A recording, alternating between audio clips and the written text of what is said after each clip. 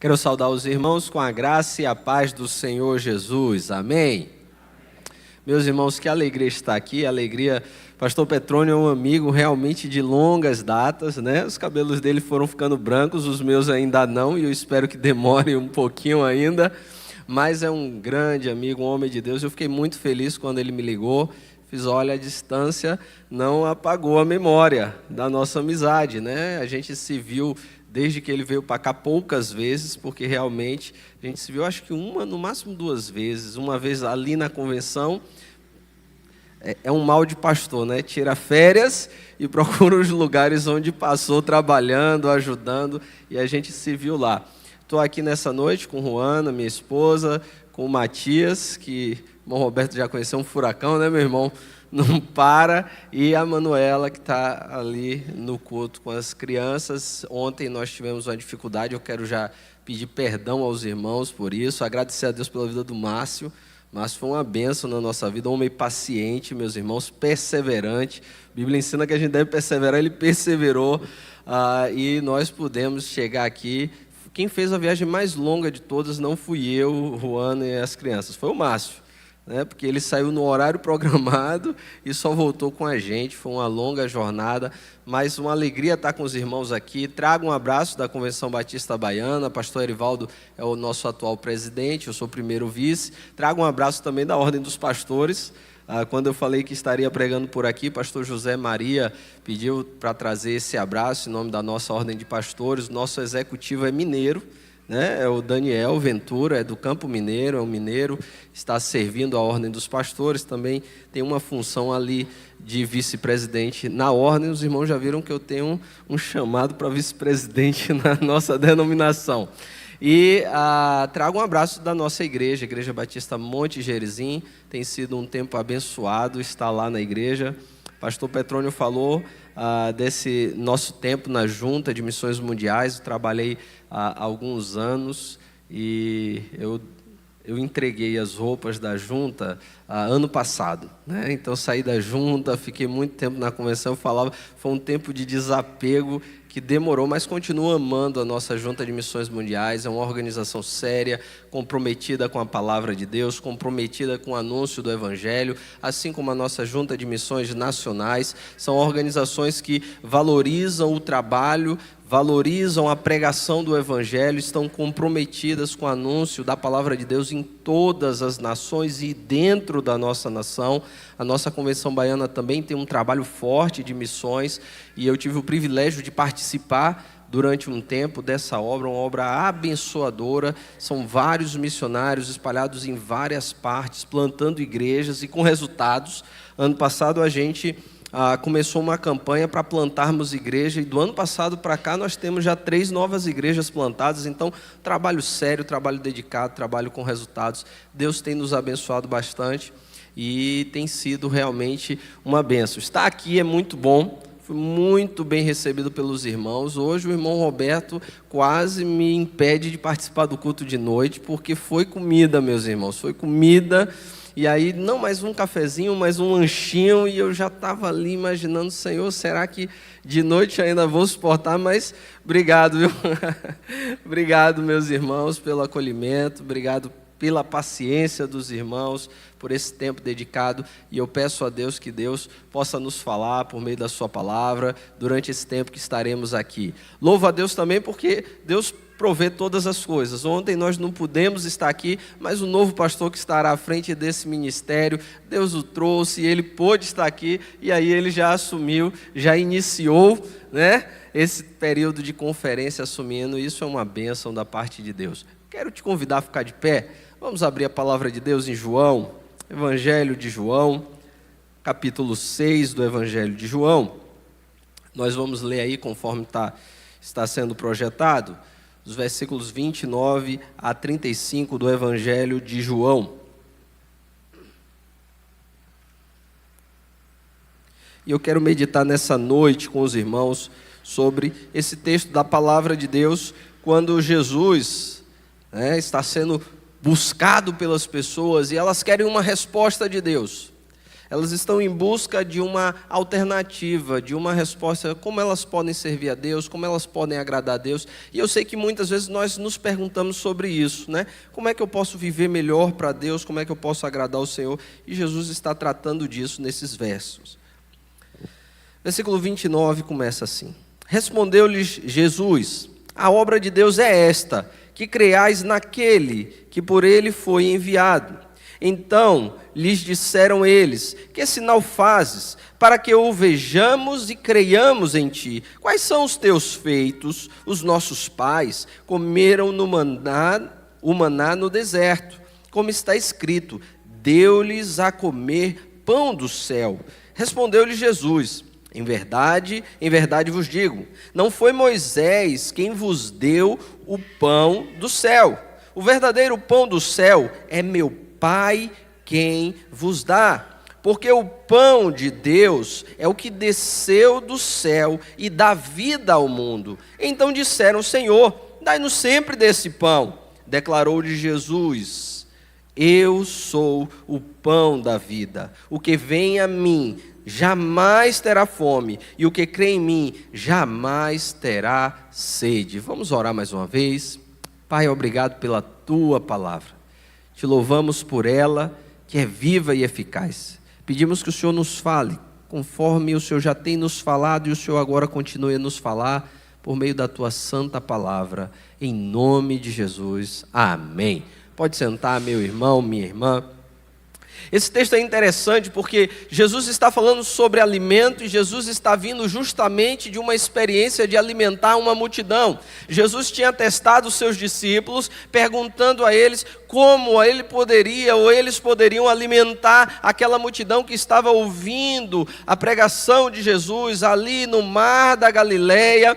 E logo no capítulo 6, o início, você vai encontrar isso. Eles estavam lá no mar da Galileia, ouvindo Jesus, ouvindo a palavra de Deus. E Jesus pergunta aos seus discípulos: como é que a gente pode alimentar essa multidão? E o evangelista João, ele vai colocar para nós uma informação interessante. Jesus não fez isso por não saber o que iria fazer, mas porque queria provar os seus discípulos. E os seus discípulos dizem: olha, a gente não tem muita coisa, temos alguns peixes, uns pães, mas não dá para alimentar essa multidão com aquilo que a gente tem.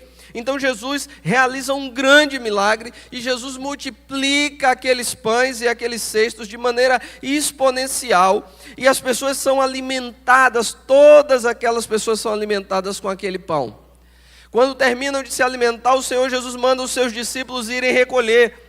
E nós lembramos que eram 12 apóstolos, e o texto vai nos dizer que cada um voltou com um cesto cheio.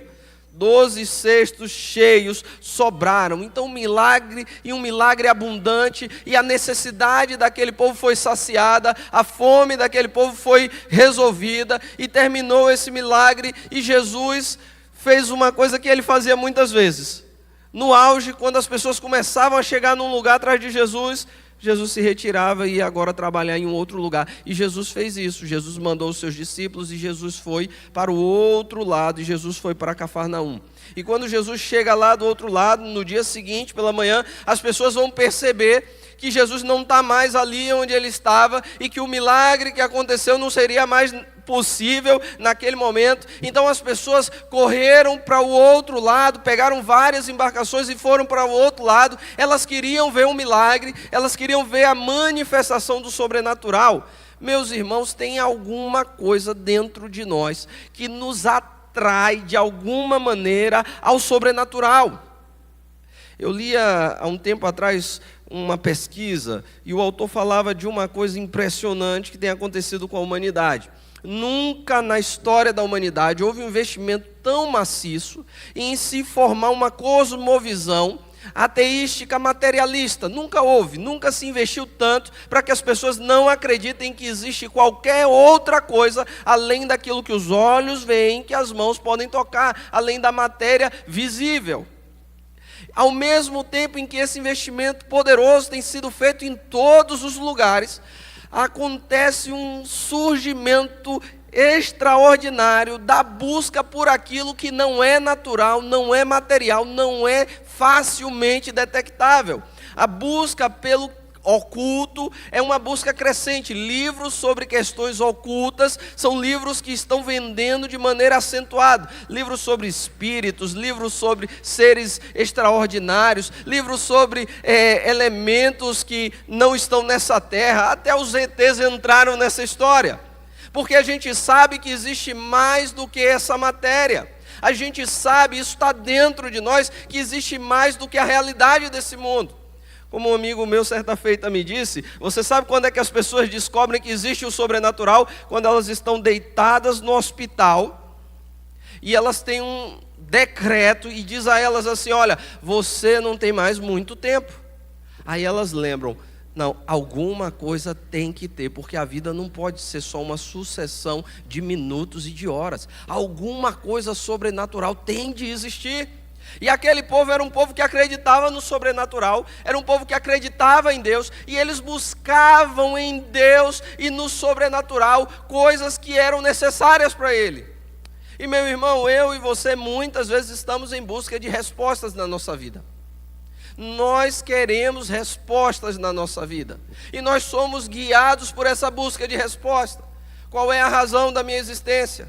O que é que eu estou fazendo aqui nessa terra? Até onde eu vou? Até quando eu vou? Por que eu estou vivo? Talvez você já tenha se feito essa pergunta em algum momento, principalmente quando nós estamos passando por sofrimento.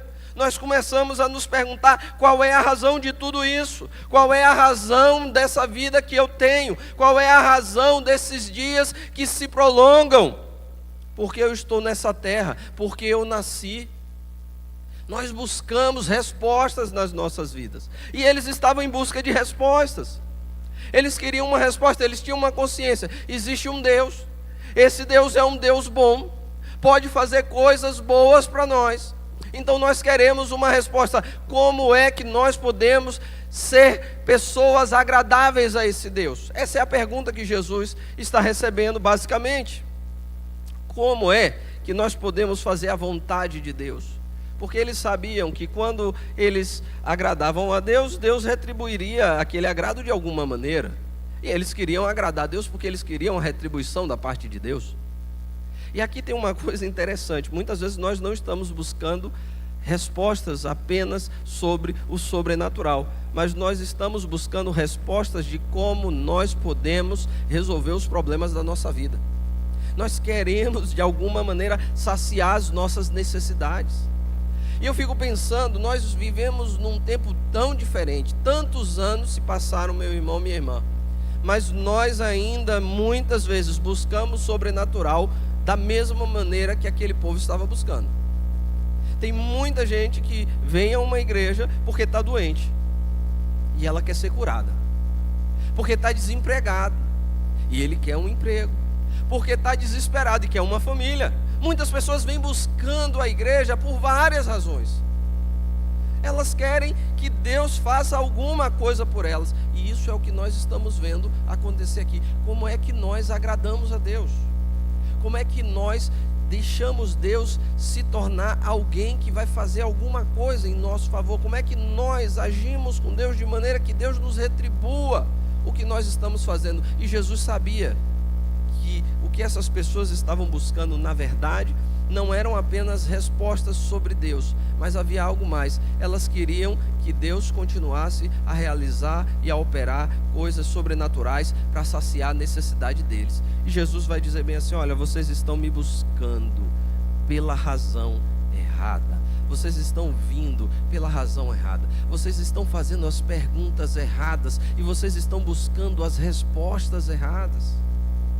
E muitas vezes, meus irmãos, nós somos levados de um lado para o outro por essa sociedade, e nessa nossa busca por resposta, as pessoas vão nos dando várias respostas que nos levam a continuarmos em busca de respostas. A nossa sociedade nos ensina que para nós nos sentirmos realizados, plenos, nós precisamos de algumas coisas. Você precisa de um bom trabalho, você precisa de uma boa casa, você precisa de uma boa família, e você precisa ter saúde para gozar todas essas coisas. E muitas pessoas passam a vida inteira correndo atrás dessas coisas. E alguns conseguem essas coisas mais rapidamente. E quando eles conseguem todas essas coisas, eles percebem, ainda existe um vazio não respondido. Muitos anos atrás eu ouvi a história de um irmão, me chamou a atenção. E ele disse que na juventude dele, ele deu sorte, começou a trabalhar, deu sorte no trabalho, foi avançando, galgando postos. Rapidamente ele se tornou um chefe da região onde ele estava, e ele foi subindo postos. Ele era bem casado, ele tinha uma esposa que o amava, ele tinha filhos que o amavam, ele tinha uma condição financeira muito boa, mas todos os dias existia um vazio dentro dele. Ele dizia para mim, eu não sei qual era a resposta ou qual era a razão daquele vazio, e ele estava dentro de mim. Um dia aquele homem começou a ter ideias suicidas. Ele começou a pensar, essa vida não faz sentido. Se a vida é só conseguir essas coisas, eu já as consegui. Para que eu estou nessa terra? E essas coisas não fazem sentido. E ele disse que numa noite, depois de uma palestra, e de saber que seria mais uma vez promovido, ele procurou o chefe dele e disse, olha, eu preciso de um tempo e a gente precisa conversar. E o chefe perguntou a ele, qual é o seu problema? O que é que está acontecendo? Ele fez bem assim, eu não sei o que é que está acontecendo, mas nada faz sentido para mim. E o chefe olhou e disse, mas isso não pode ser verdade. Você tem tudo que as pessoas neste mundo querem ter, e você conseguiu tudo muito cedo. As pessoas passam a vida inteira lutando para chegar onde você está, e você está sendo promovido. Como é que você me diz que a vida não faz sentido, que nada faz sentido, se você tem tudo que esse mundo pode dar? E o chefe dele disse bem assim, eu sei o que é que você tem. Isso é cansaço. Você está estressado. Você precisa de uns dias de folga. Tira uns dias de folga, você vai ter um tempo de descanso.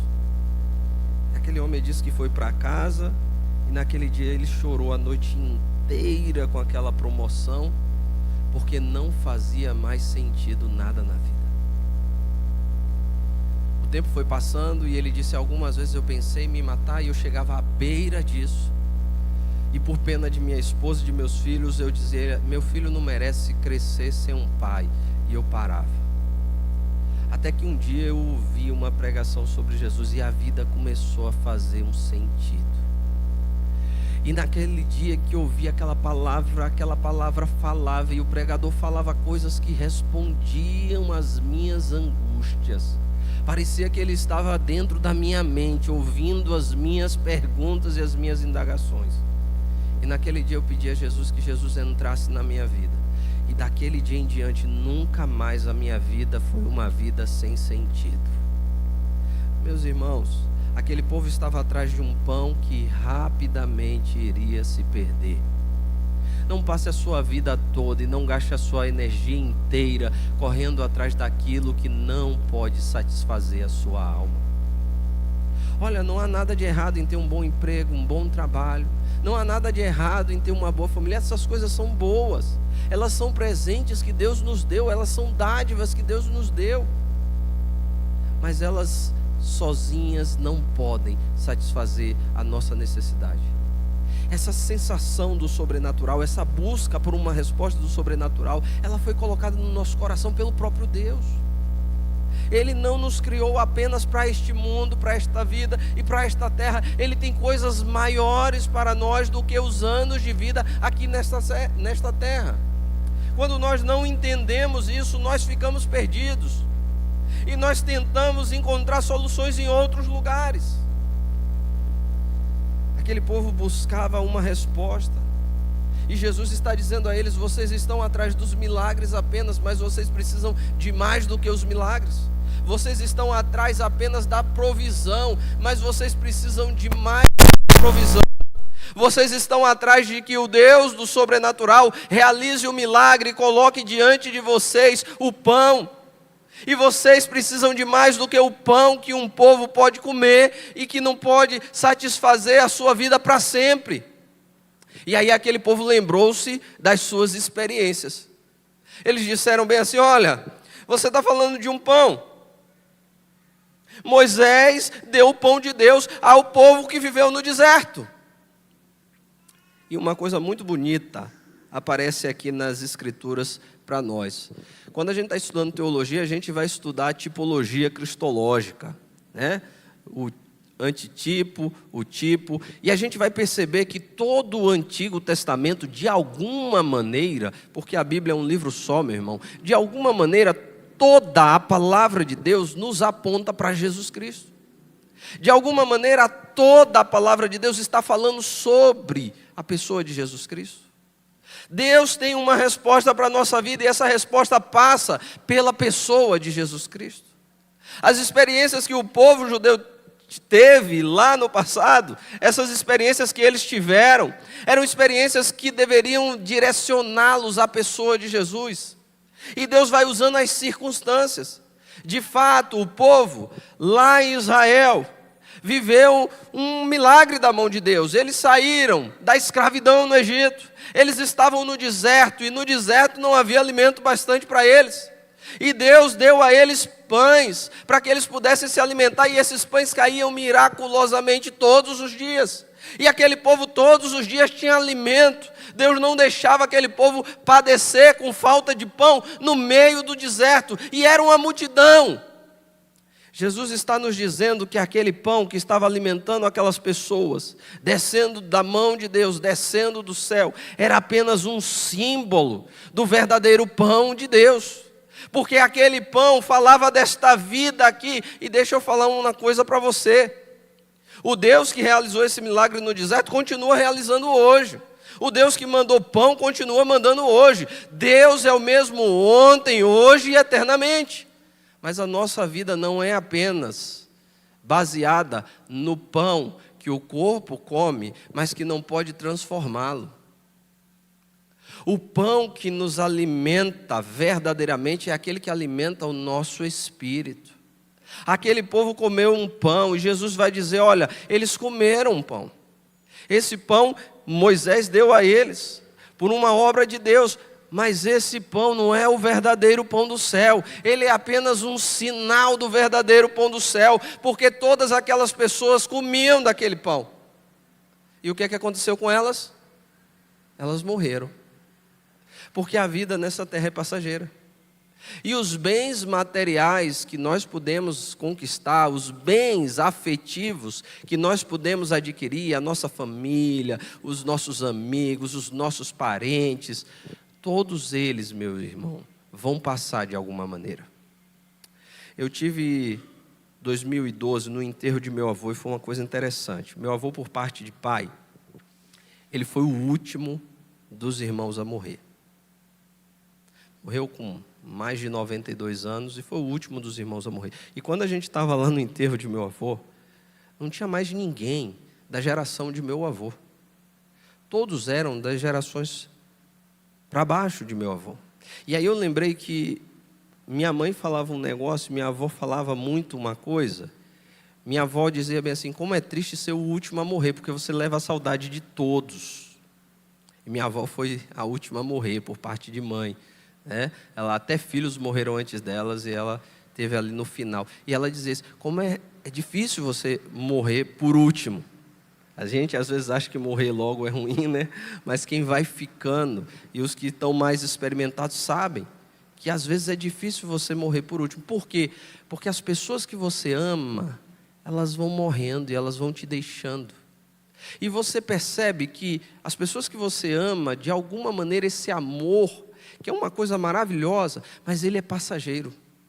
Ele não pode segurar a pessoa neste mundo e nessa terra. Os bens que você conquista, eles são passageiros. Às vezes a gente luta e a gente quer ter aquele carro, porque a gente acha que quando tiver aquele carro, todos os problemas serão resolvidos. Aí você tem aquele carro. Tem gente que não deixa nem a esposa entrar no carro para não sujar o carpete, porque acabou de comprar. Mas daqui a 6 meses você não está mais nem aí para aquele carro. Porque esses bens são passageiros e você vai percebendo isso. E você vai notando que a vida é passageira. Jesus está dizendo, aquele pão alimentava aquelas pessoas, assim como os seus amigos, assim como a sua família, o seu trabalho, alimentam de alguma maneira a sua vida. Mas esses são alimentos passageiros, eles vão acabar em algum momento. Mas há um pão vindo do céu, e esse pão ele nos alimenta para todo sempre, para toda a eternidade. Há um pão vindo do céu e o nome desse pão é Jesus Cristo. Jesus aqui vai falar pela primeira vez, algo que ele vai repetir ao longo do Evangelho de João. Jesus vai por 7 vezes no Evangelho de João se apresentar como eu sou, numa referência clara ao texto lá de Êxodo. Aliás, o povo foi alimentado por Deus que era o eu sou. Jesus vai dizer, eu sou o pão da vida. Eles estavam diante daquele que iria alimentar a alma deles para todo sempre, não apenas a comida que logo seria perdida. Aquele que iria trazer para eles o alimento que eles realmente precisavam.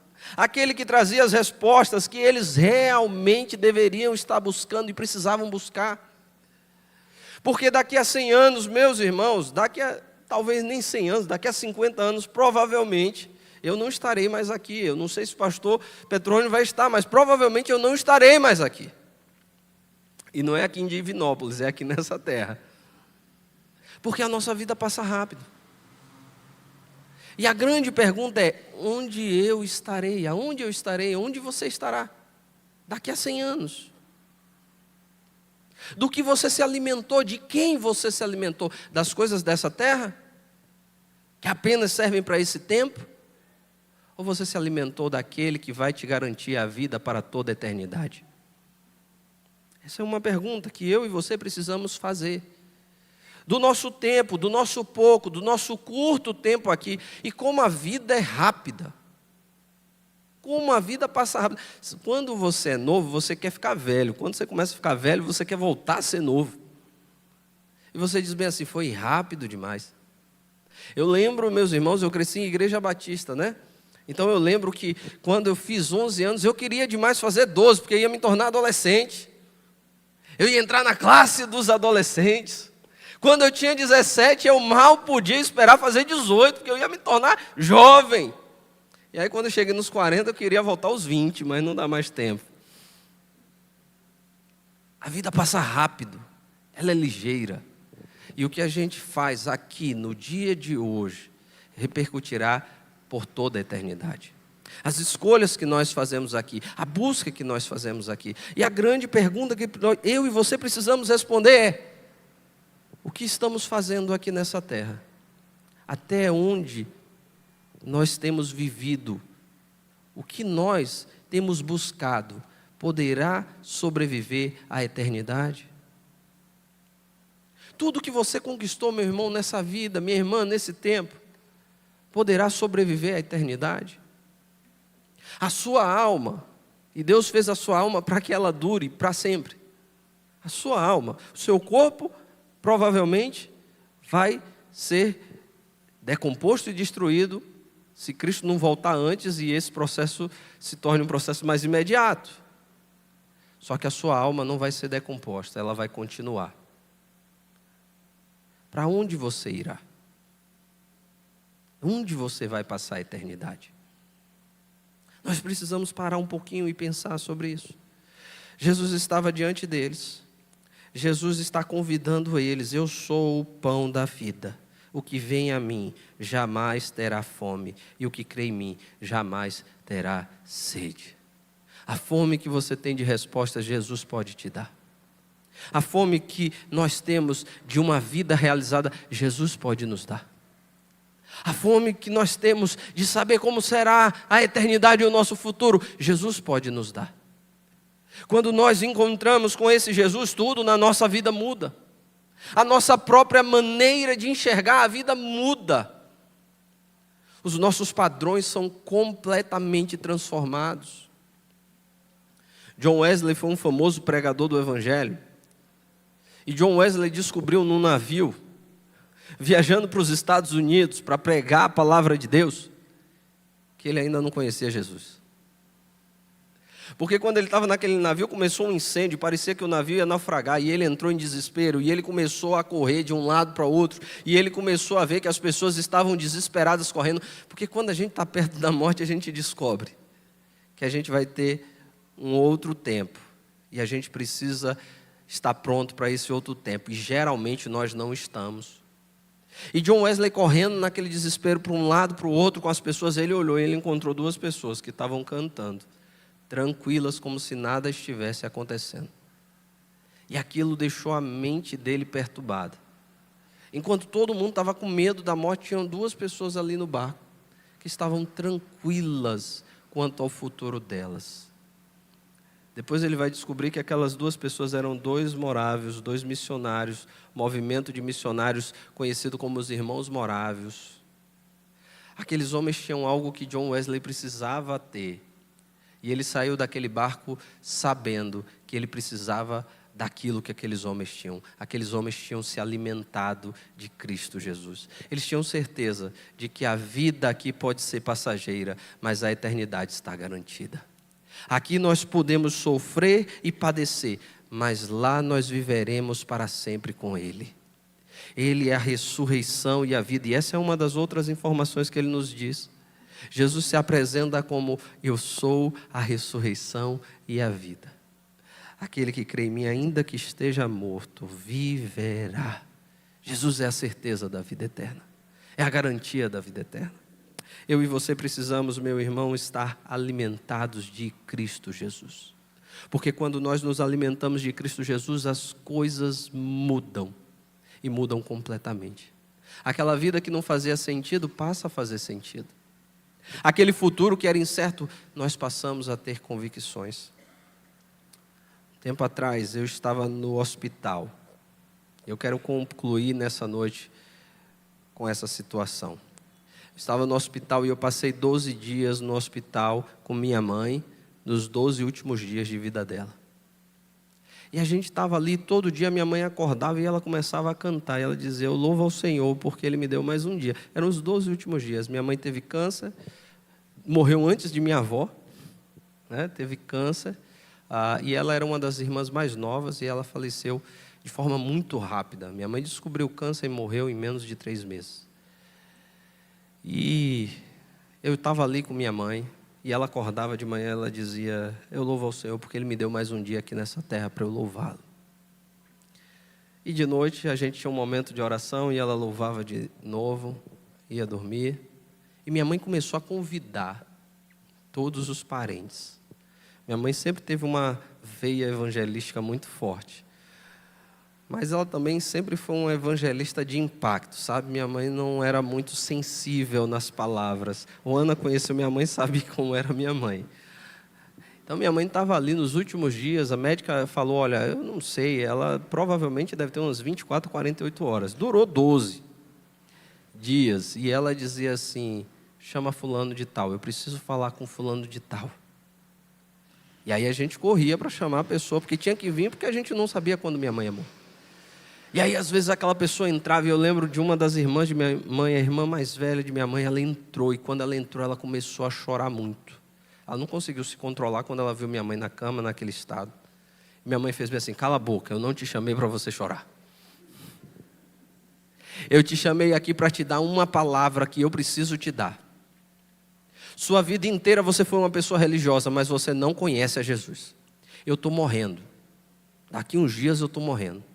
Só tem uma maneira da gente se encontrar de novo: entregue sua vida a Jesus. Esqueça toda a sua religião, entregue a sua vida a Jesus. É a única maneira que você vai ter de me ver de novo. Em um dos dias que a gente estava lá no hospital, uma enfermeira chegou e fez bem assim: vocês são crentes, não são? Fiz: somos. Ela fez bem assim: a gente percebe, quando o crente está à beira da morte, é diferente. Vocês estão tão tranquilos. Eu fiz: a gente sabe para onde a gente está indo. Os irmãos morávios, muitos deles, quando estavam saindo em barcos para o mundo inteiro para pregar o evangelho, eles olhavam para os pais e diziam: pai, mãe, um dia a gente se verá do outro lado na eternidade. Onde você vai passar a eternidade?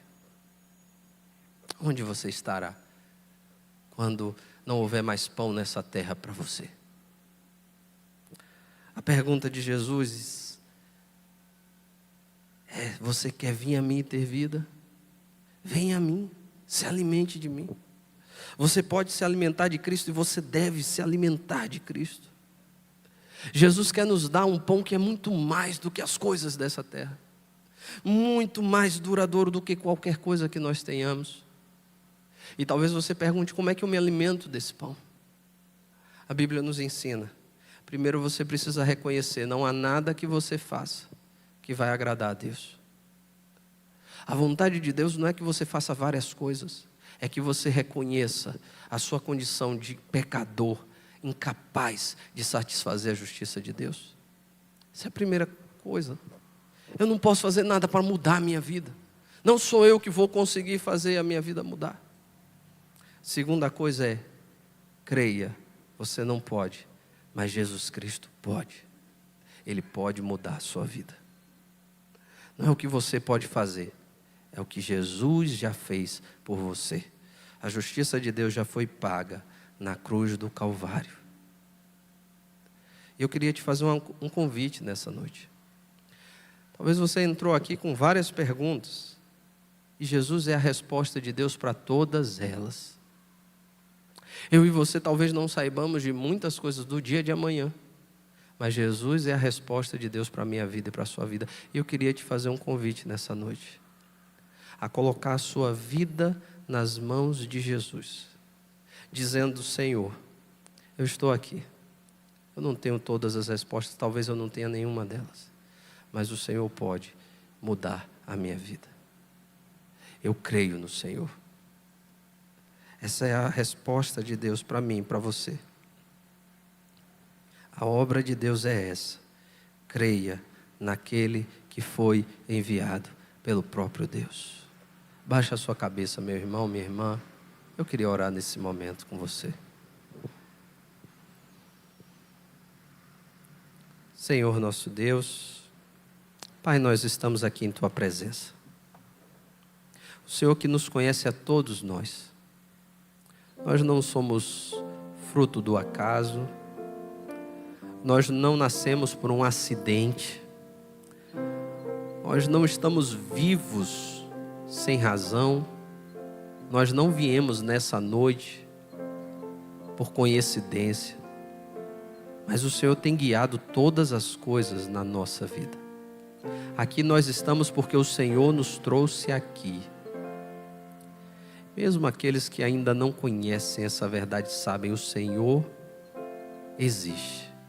Há algo além dessa vida aqui. Há um Deus verdadeiro.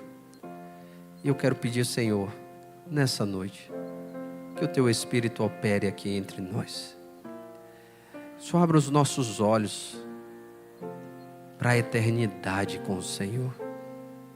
Aqueles que ainda não conheceram, não tiveram essa experiência de receberem Jesus no seu coração, que o Senhor mova esses corações nesse momento, Pai. Aqueles que já conhecem o Senhor, mas talvez tenham se desanimado por alguma coisa, que o Senhor abra os olhos deles novamente. O Senhor não nos chamou a andarmos por vista, nós andamos por fé, na certeza de que o Deus que não pode mentir há de cumprir a sua promessa. Sua promessa de vida eterna e todas as suas promessas. Opera, Senhor, no nosso meio. Age em nós. Age no nosso coração. Em nome de Jesus, amém. Talvez nessa noite você entrou aqui e você ainda não teve essa experiência com Jesus. E eu quero te convidar nesse momento a fazer uma oração. Talvez você queira entregar a sua vida a Jesus. Eu queria orar por você, eu queria chamar o pastor aqui. Pastor, eu queria te convidar no seu lugar, se você quer ter essa experiência, se colocar de pé. Se coloque de pé no seu lugar e diga: eu quero Jesus na minha vida. Se coloque de pé no seu lugar. Nós queremos orar por você, orar por sua vida. Se você quer entregar a sua vida a Jesus, onde quer que você esteja, se coloque de pé e diga: Senhor, entra na minha vida, faz fazer sentido. Preenche as minhas necessidades. Responde as minhas perguntas, Deus quer respondê-las. Eu tenho um amigo, ele é muçulmano, ex-muçulmano. Ele disse que um dia ele estava com um revólver na cabeça. Porque a vida estava tão ruim. Ele estava com um revólver na cabeça e ele disse: Deus, se você existe, aparece para mim. No dia seguinte, aparece uma pessoa para pregar o evangelho. E aí ele pega aquela mesma pistola e bota na cabeça daquele homem. Ele diz bem assim: como é que você entra aqui para falar comigo? Porque ele era um bandido conhecido, perigoso, e mandaram o pastor ir lá ver ele. Aquele pastor olhou para ele e disse: eu não tenho medo de morrer. Eu sei para onde eu vou. Mas se hoje você morrer, você sabe para onde vai? Aquele homem disse que aquilo mexeu com ele. Pela primeira vez ele viu uma pessoa com uma pistola na cabeça, olhando nos olhos dele sem um pingo de medo da morte. E aquele homem que foi a ele, começou a dizer tantas coisas a ele, e ele começou a chorar, e ele se rendeu a Cristo. Talvez você tenha perguntas como aquele amigo muçulmano, o Abdala, tinha. Jesus quer responder as suas perguntas, e eu te peço, fique de pé para que a gente possa orar por você, a gente possa saber quem é você, a gente possa te confiar. Há alguém nessa noite?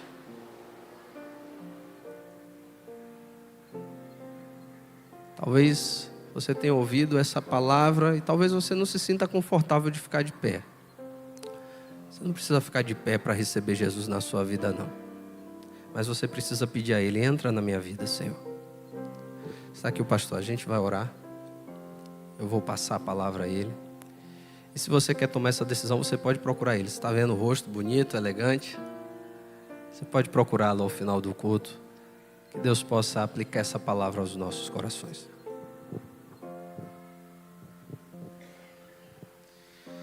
Meus irmãos, nós vamos cantar um hino nesse instante.